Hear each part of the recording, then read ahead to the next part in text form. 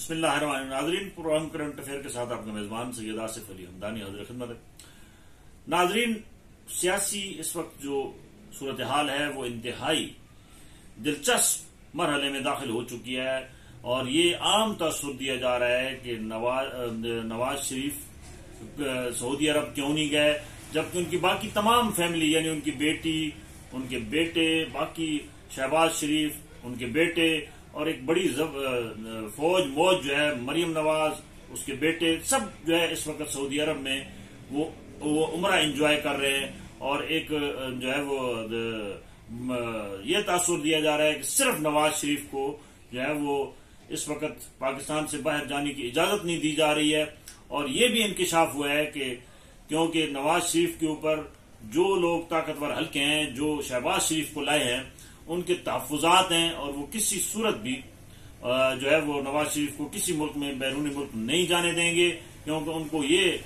खदशा है कि अगर नवाज शरीफ सऊदी अरब जाता है तो वहां से अगर वो लंदन चला गया तो फिर वो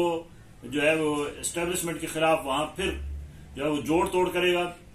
और फिर जो है वो प्रॉब्लम क्रिएट होगी। ये बिल्कुल बात जो है वो न सिर्फ अयां हो रही है बल्कि नवाज शरीफ की खामोशी और मौजूदा हालात के तनाजुर में नवाज शरीफ के जो करीबी साथी हैं उनके जो इंकशाफात हैं, राना सनाउल्लाह और बाकी जो सीनियर लोग हैं, वो बार बार कह रहे हैं कि ये जो कुछ हो रहा है ये सही नहीं है। और उन्होंने ये भी कहा है कि इमरान खान जो है वो जल्द बाहर आ जाएगा और ये हमारे लिए जो प्रॉब्लम है वो हल करना बहुत मुश्किल हो रहा है दिन ब दिन, जिससे ये वाज़ेह हो रहा है कि जो मतलूबा अहदाफ थे वो पूरे नहीं हो रहे हैं और ताकतवर हल्के जो कुछ चाह रहे थे वो हो नहीं पा रहा है। दूसरी जानिब इमरान खान ने कल तमाम मीडिया के लोगों से जो गुफ्तगू की है अडियाला जेल के अंदर, वो वाज़ेह है। उन्होंने कहा है कि मुझे कोई जरूरत नहीं है कि मैं किसी से जो है वो बैकडोर राब्ते करूं, क्योंकि मेरा इस वक्त जो है वो पलड़ा भारी है। और उन्होंने ये भी कहा है कि जिन लोगों को जरूरत, ताकतवर हल्कों को अगर मेरे साथ बात करने की जरूरत है तो वो करें, मेरे दरवाजे खुले हैं और मैं उनको जवाब दूंगा। उनका बार बार यही कहना था कि इंटरफेरेंस खत्म होनी चाहिए,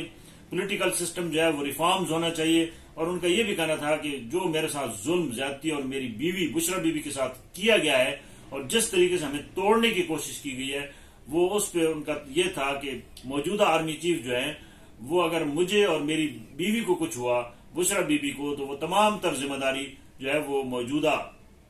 आर्मी चीफ, वजीर आजम और वजीर दाखिला पे होगी। और उन्होंने ये भी वाज़ेह किया कि ये मोहसिन नकवी व सराय बन गया है और तमाम इख्तियारात वजीर आजम के जो है वो वजीर दाखिला मोहसिन नकवी इस्तेमाल कर रहा है। ये शहबाज शरीफ डमी है और इसके पास कोई इख्तियार नहीं है, ना ही कोई किसी की ट्रांसफर, ना ही किसी की पोस्टिंग, किसी किस्म का भी इसके पास कोई इख्तियार नहीं है। और ये बेबस और बेख्तियार किस्म का जो है वो वजीर आजम है। और इमरान खान ने यह भी वाज़ेह किया है कि अवाम जो है वो तैयार रहें, ईद के बाद मुल्क गिर एहतजाज होगा और जिन जिन हलकों में मैंडेट चोरी किया गया है जब तक वो वापस नहीं किया जाता हम चैन से नहीं बैठेंगे। और उन्होंने एक और बात का भी अंदिया दिया है इमरान खान ने कि जो तहरीक इंसाफ की वर्कर्स हैं उनके साथ जो जुल्म ज्यादती की गई है उसका भी हम हिसाब लेंगे और किसी सूरत भी जो है वो ये बर्दाश्त नहीं किया जाएगा कि बेइंसाफी हो, जुल्म हो, ज्यादती हो। उन्होंने कहा कि खवातीन के साथ जिस तरीके से तहरीक इंसाफ की खवातीन, मेंबरान असम्बली और जिस तरीके से उनके ऊपर तशद्दुद किया गया, झूठे मुकदमात बनाए गए और उनको जो है वो अभी तक जेलों में रखा गया है गैर कानूनी तरीके से। और उन्होंने कहा कि मेरे ऊपर भी जितने केस बनाए गए वो सारे बोगस हैं और उसकी जहां जिस सतह पे भी इंक्वायरी कराएं मैं सुरखरू होऊंगा। इससे यह बात साबित होती है कि इमरान खान अगर बाहर आता है तो इस मौजूदा हुकूमत जो पहले ही जो है वो एक जोड़ तोड़ से बनाई गई है और कमजोर तरीन इत्तेहादियों के साथ ये हुकूमत बनाई गई है, इसका चलना मजीद दुश्वार हो जाएगा। दूसरी जानिब मौलाना फजलुर रहमान साहब ने मुल्क गिर एहतजाज का ऐलान कर दिया है और उन्होंने वाज़ेह तौर पर पैगाम दिया है कि मैं इस इलेक्शन को नहीं मानता और ईद के बाद दमादम मस्त कलंदर होगा। तो मौजूदा हालात के तनाजुर में जहां अवाम पहले बहुत सारे मुश्किलात, मसाइल का सामना अवाम को करना पड़ रहा है, मौजूदा हुकूमत से भी अवाम मायूस है। बिजली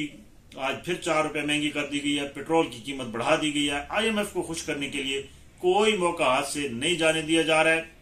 जिससे अवाम में शदीद इज़्तिराब पाया जाता है। और अगर कोई तहरीक चलती है तो अवाम बड़ी तादाद में बाहर निकलेंगे, तंग आमद बजंग आमद, महंगाई के हाथों, बेरोजगारी के हाथों। बहुत शुक्रिया। हुकूमत पाकिस्तान को चाहिए कि इस ईद पे अवाम को रिलीफ दे।